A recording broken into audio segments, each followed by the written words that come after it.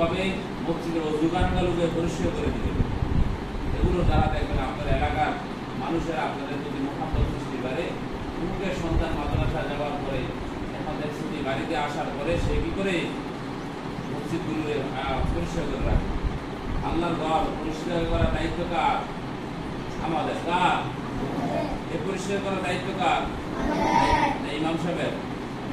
ইমাম সাহেবের পরিষ্কার করার দায়িত্ব আমাদের। পরিষ্কার করার দায়িত্ব আপনারা মসজিদগুলোকে পরিষ্কার করে রাখবেন। এরকম ভাবে ঘরে বাড়িতে যখন যাইবেন, বাড়িতে যাওয়ার পরে মার সেবা যত্ন, বাবার সেবা যত্ন করার চেষ্টা করবেন। বাবার কাজকর্ম সহজ করে দেওয়ার চেষ্টা করবেন। বাবার এরকম ভাবে যে কাজগুলো বাবা করে, ধরেন কেউ বাবা কৃষক পর্যন্ত খামারে কাজ করে, বাবার সাথে বাবা যে কাজটা করে বলে বাবার সাথে একটু সহযোগিতা করার চেষ্টা করে। এরকম ভাবে মা এরকম ভাবে রান্না করে, মার পানিটা একটু আগুয়াই দিলেন, এরকম ভাবে চাউলটা ধুয়ে দিলেন, এরকম ভাবে একটু ডেকডিস্কিগুলো মার কাছে আগুয়াই দিলেন। এরকম ভাবে বিভিন্ন কাজে সহযোগিতা করার চেষ্টা করবেন। না আজকে গিয়ে বলবেন যে এতদিন আমি মাদ্রাসায় লেখাপড়া করছি আর মাদ্রাসায় থাকার দ্বারা অনেক আমার কষ্ট হয়েছে, আজকের থেকে তোমরা আমার সেবা যত্ন করবো, আমি এরকম ভাবে আমার সুবিধা করবো। এরকম করবেন? কি করবেন? এতদিন দূরে থাকার কারণে বাপ মার সেবা যত্ন করতে পারেন নাই, পারছেন?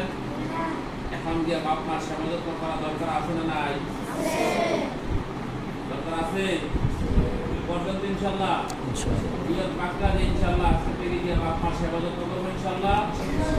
দ্বিতীয় হলো যে এরকম ভাবে আপনার এলাকার মহল্লার এরকম ভাবে মসজিদগুলো সেবা যত্ন করবেন। আপনি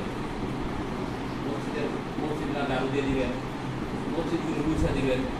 আসক্ত নামাজের মধ্যে যদি মসজিদটা মুছা দেন, মুসলিমরা যদি অনেক কাজ আছে যেগুলো সামাজিক কাজ, ওইগুলো কাজের মধ্যে সহযোগিতা করার চেষ্টা করবেন। আল্লাহ তাআলা আপনাদের করার মতো তৌফিক দান করুন। আল্লাহ তাআলা আমাদের সবাইকে বোঝা মানে আমল করার তৌফিক দান করুন। ইনশাআল্লাহ বাড়িতে গিয়ে আপনার সেবা যত্ন করবা।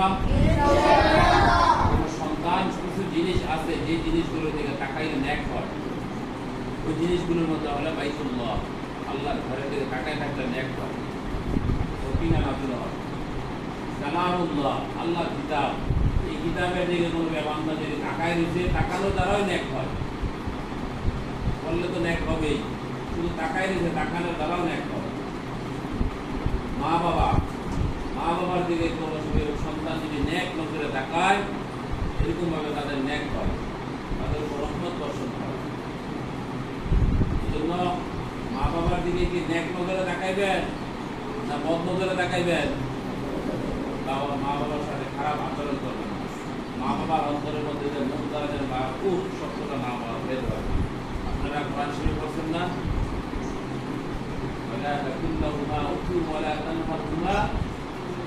বলেন কওলান কোন জায়গার মধ্যে আছে কওলান।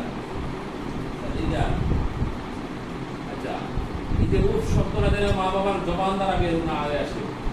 আপনার কষ্টের কারণে, আপনার এরকম অত্যাচারের কারণে, আপনার এরকম ভাবে বাবা মাকে এরকম ভাবে কষ্ট দিচ্ছেন, আর এই কষ্টের কারণে যেন আপনার মুখ দ্বারা না বের হয়ে আসে, আপনার বাবা মার মুখ দ্বারা যেন না বের হয়ে আসে। এতদিন সে বাড়িতে মাদ্রাসায় ছিল, এই বাবা ছিল, সে এখন বাড়িতে এসে আমার জ্বালায় রেখেছে। এই কথা যেন আপনার সব মুখ দ্বারা না হয়। জন্য হাদিসের মধ্যে আছে যে বড় গুনার মধ্যে একটা গুনাহ হলো আপনার অবাধ্য হওয়া। আপনার অবাধ্য হওয়া, এটা হলো কবিরা গুনাহ। আপনার একদিকে বলতেছে এইভাবে করো, চলো, আপনি চলতেছেন ভিন্নভাবে, এটা কবিরা গুনাহ। বুঝতে পারছেন? কবিরা গুনাহ থেকে বাঁচার চেষ্টা করবেন ইনশাআল্লাহ। আপনার জীবের উপরে ওইভাবে চলার চেষ্টা করবেন। বাড়িতে যাওয়ার সময় হাতের লেখা বই নিয়ে যান, খাতা নিয়ে যান। যারা একসানা করতেছেন, নুরানি করতেছেন বা যে কোনো জমাতে করতেছেন,